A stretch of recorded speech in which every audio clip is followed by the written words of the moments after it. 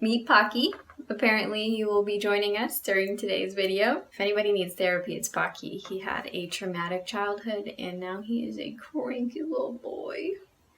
He wants love, but he just can't accept it. Today we are doing a brutally honest review of BetterHelp. I've been using the service for a little over a year now, and I think I've used it long enough to know what are the pros and cons. So I'm going to walk you through all of those and then give you my final thoughts on whether or not I would recommend BetterHelp and whether or not I think it's the right service for you. For those of you that don't know, BetterHelp is an online counseling platform that connects people who are looking for counseling or therapy with mental health professionals. It's a pretty simple process to get started. So first you fill out an online questionnaire.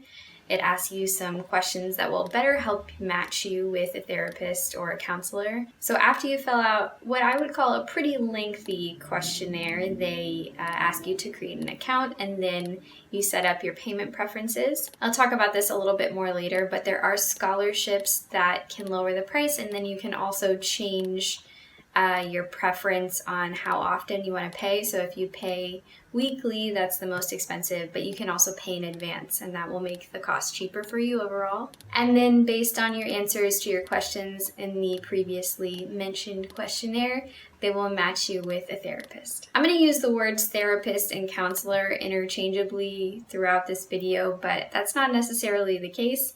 And I believe that BetterHelp offers both types of mental health professionals. So just keep that in mind. Once they match you with your counselor, you're able to speak with them and you can set up a time to have your first official meeting. So it can either be through a video call, through a regular phone call, or through a chat or instant message. I always do video calls, but it is good to know that all 4 options, 3 really to me, but they say it's 4, are available. And I know that's definitely good for some people who are maybe a little bit more nervous about therapy or not interested in doing a video call because it makes them uncomfortable. When the day of your session comes, you can either log into the browser or log into the mobile app. You can't do both at the same time, only one at a time. And then you wait for your counselor to join and they will connect you to the session. When they do, a little bell will ring and then you're ready to go and you can start having your meeting. During your first session, you're probably going to have just a get to know you type of session to figure out why are you interested in therapy, what things do you want to address, what are your preferences as someone attending therapy, what are your counselor's preferences, and what's their style of therapy. All of those things will probably get hashed out in the first meeting, and then with time you'll get more comfortable with one another and you'll have more of those like deeper sessions where you can talk about your problems and whatever it is that you want to address. And then as time goes on, you'll have sessions however you paid for it or however you set it up with your counselor. So with my counselor in particular, I think this does vary by counselor, but we do weekly sessions for 1 hour and I pay $35 a week broken down, but I have paid for all of my sessions in advance to get that cheaper rate. So let's move on to the pros and the cons of the platform. I think one of the biggest pros of BetterHelp is that it is an online counseling service, and that makes it very convenient and very accessible for most people as long as you have an internet connection. You can choose a variety of different ways to meet with your counselor, so you can do text, message, video calls, or phone calls. They send you reminders about your appointment, so it's pretty difficult to forget when you have a time set up.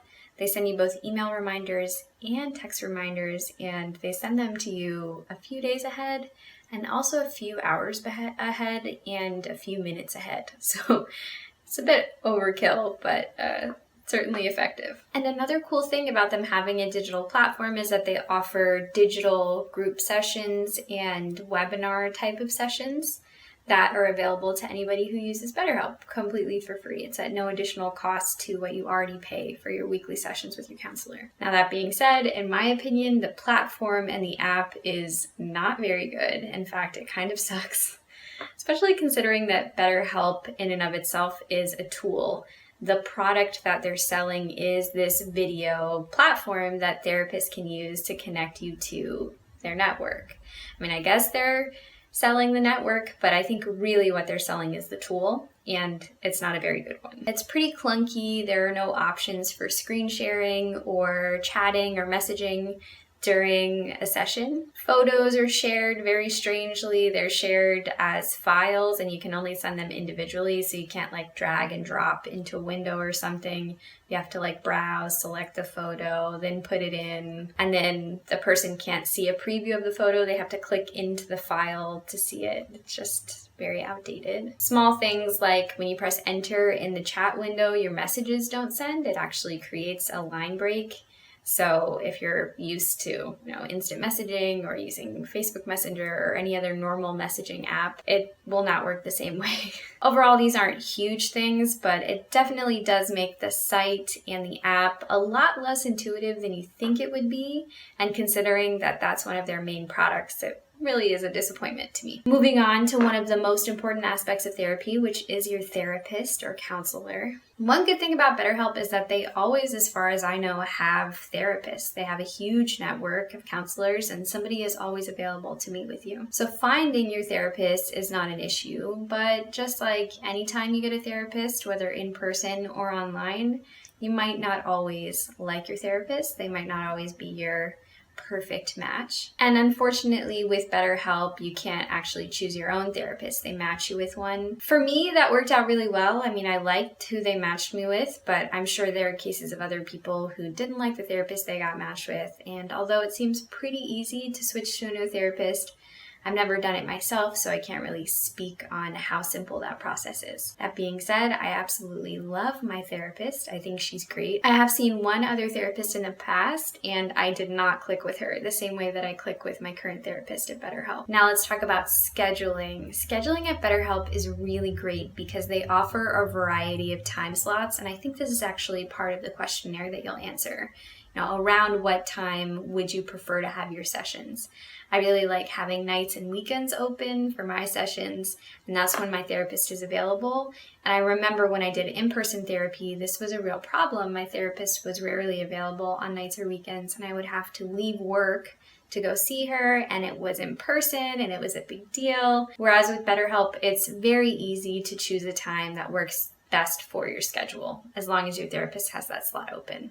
And if your therapist cannot accommodate your time, you can switch to a new one who does have that same type of schedule that you're looking for. That being said, scheduling is a pain through the BetterHelp app. I think this is just another limitation of the app and the browser. It just does not work very well. Every once in a while, my therapist isn't available on Monday, or we have to reschedule for some reason, and then I'll pick like a Tuesday or a Wednesday or even a Thursday, sometimes a Friday. That's fine. I don't mind rescheduling every once in a while. It's no big deal. But the problem is that you can't pick a time slot within 7 days of your last appointment because they want to make sure that your appointments are weekly. So that means that if my session gets pushed back to a Friday because my therapist isn't available or that's the only time she has open, and I want to go back to my Monday schedule, I can't schedule my next appointment on Monday. My therapist has to do it from her end and override it, and sometimes she forgets, and it's just really, really annoying because if my last appointment was on a Friday, they won't let me schedule my next appointment until the week after that Friday. So it's actually happened quite a few times over the last year as I've just skipped an entire appointment. Next, let's talk about the reliability of the platform. And I would say overall, it is pretty reliable. It doesn't crash that often, but it does crash. So I've only been using it for a year and it's probably crashed 3 times during a session, so maybe it's crashed more often than that. I usually have my sessions at the same time on the same day of the week. I mean, really, it's no big deal to me, but I can see how someone else who might be able to afford a more expensive service would really have a problem with that. But for me, whatever, if I can't meet on my usual time because the app is down or whatever, my therapist and I will just reschedule. Now let's talk about pricing. This is actually a weird thing because I saw on their site that the typical price for a session is between $80 and $100 a week. And I pay much less than that. They did say that it varied. They didn't have a specific outlined pay schedule. So I guess it depends on where you live and I don't know, some other factors. But for me, BetterHelp is very affordable. When I did in-person therapy that was not covered by my health insurance, it was ridiculously expensive. I found the cheapest counselor I could find in my area, which is a high cost of living area, so it doesn't make sense that therapy would be more expensive here, but whatever. It was like $130, I think. It was between like $130 and $150 per session. The sessions were between 45 minutes and an hour, and they never went over an hour, not even by 1 minute or second. She definitely started wrapping up before an hour was over. There was no option for digital meetings, and she was already giving me a discount because I couldn't afford it because it was so expensive.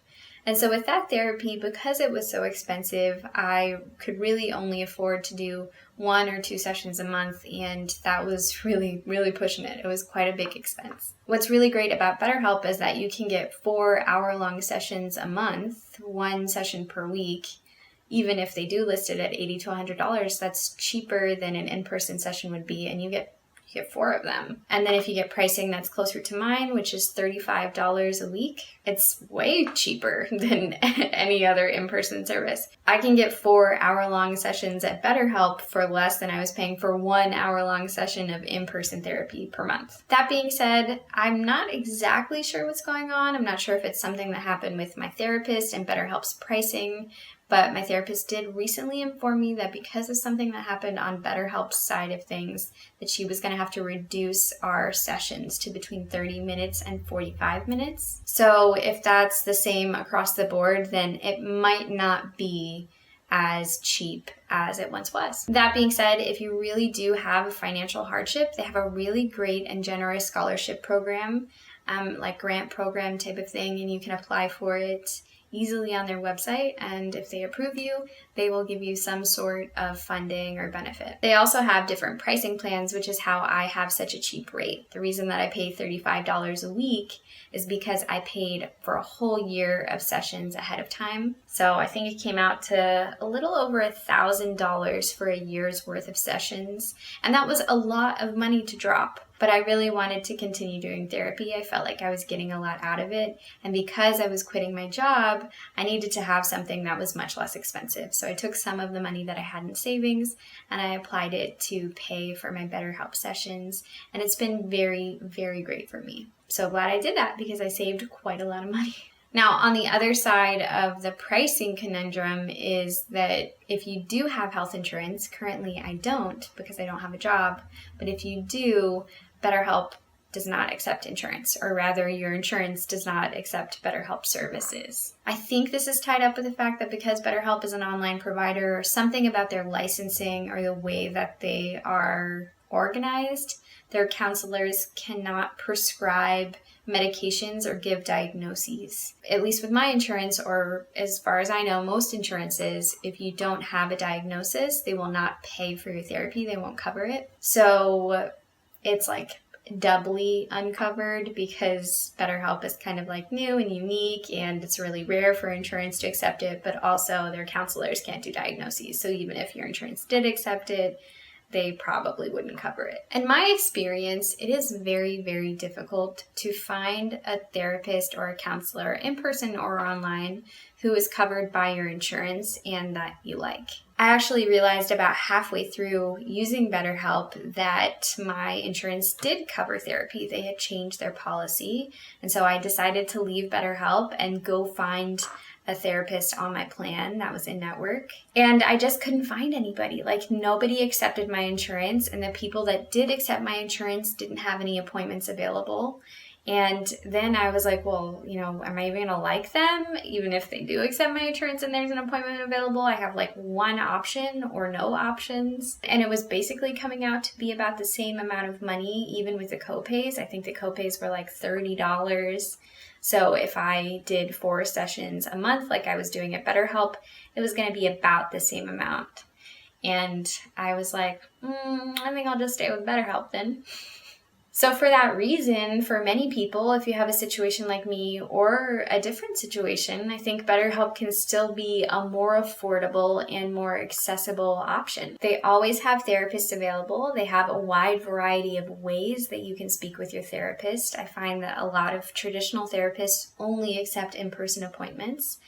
They don't have this flexibility with their communication, and they have flexible scheduling to accommodate your needs. You can have nights or weekends, which is really great, and I think a lot of in-person therapists don't offer that either. Personally, I have zero issues with online therapy. It has been really, really great for me, and I don't think that I would get anything more out of it if I was sitting in a room with someone. In fact, I might get even more out of it because I'm not.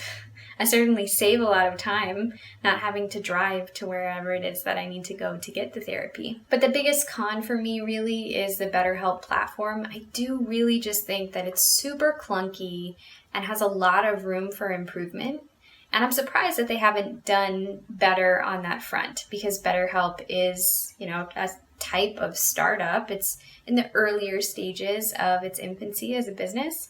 And as far as I know, they have a lot of funding. So that's definitely an area where they can improve. As a telehealth tool, it just doesn't make sense that their primary tool for creating these connections between their network of therapists and counselors and the people who are paying for their service, it doesn't make sense for it to be so clunky, old, bad, terrible. Insert adjective here. However, I do wonder if BetterHelp takes advantage of its therapists. When my therapist reached out to me and mentioned that she was going to have to cut our sessions short because of some type of policy that BetterHelp changed on their end, I did start to think, their prices are wildly less expensive than in-person therapy. And something's got to give, right? Like, where is that money going? And I fear that that money is being taken out of the salaries of the counselors and therapists. I hope that's not the case. If anybody is a therapist and they're watching this video and they use BetterHelp, the side of the platform for counselors, I would love to hear your opinion on this. I'm very curious to know what it's like for you on the other side. So, overall, what are my recommendations? Would I recommend BetterHelp to a friend? I would definitely recommend BetterHelp, but with a few caveats. The first being if you can afford it. I mean, therapy is crazy expensive in person, but BetterHelp is still not cheap. It is quite expensive for, the average person. It's great that it's so much more affordable than traditional forms of therapy, but that doesn't mean that BetterHelp is cheap. It's not.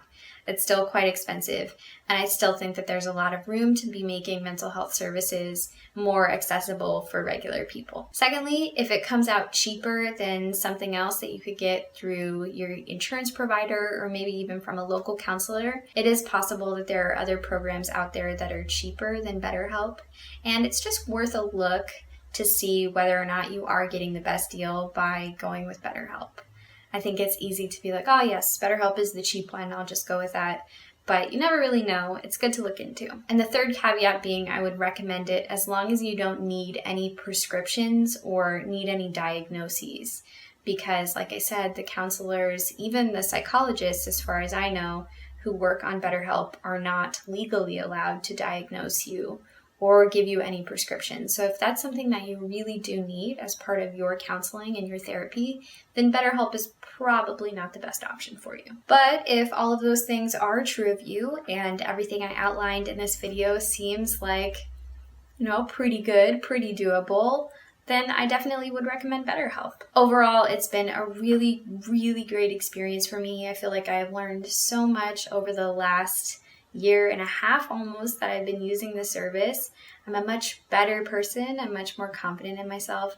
And I certainly really, really love my therapist. She is a blessing and an angel. She's probably my favorite person ever. And yeah, I'll just end with saying that BetterHelp has added a lot of value to my life. And I will be sad when I leave, when I graduate from counseling, as my therapist says. But also be very happy to get a whole bunch of my money back. They send you reminders before each of your sessions through text and through email, although I think you can opt out of them. Are you leaving? Did I upset you? I'm so sorry. Bye. Would you like to exit?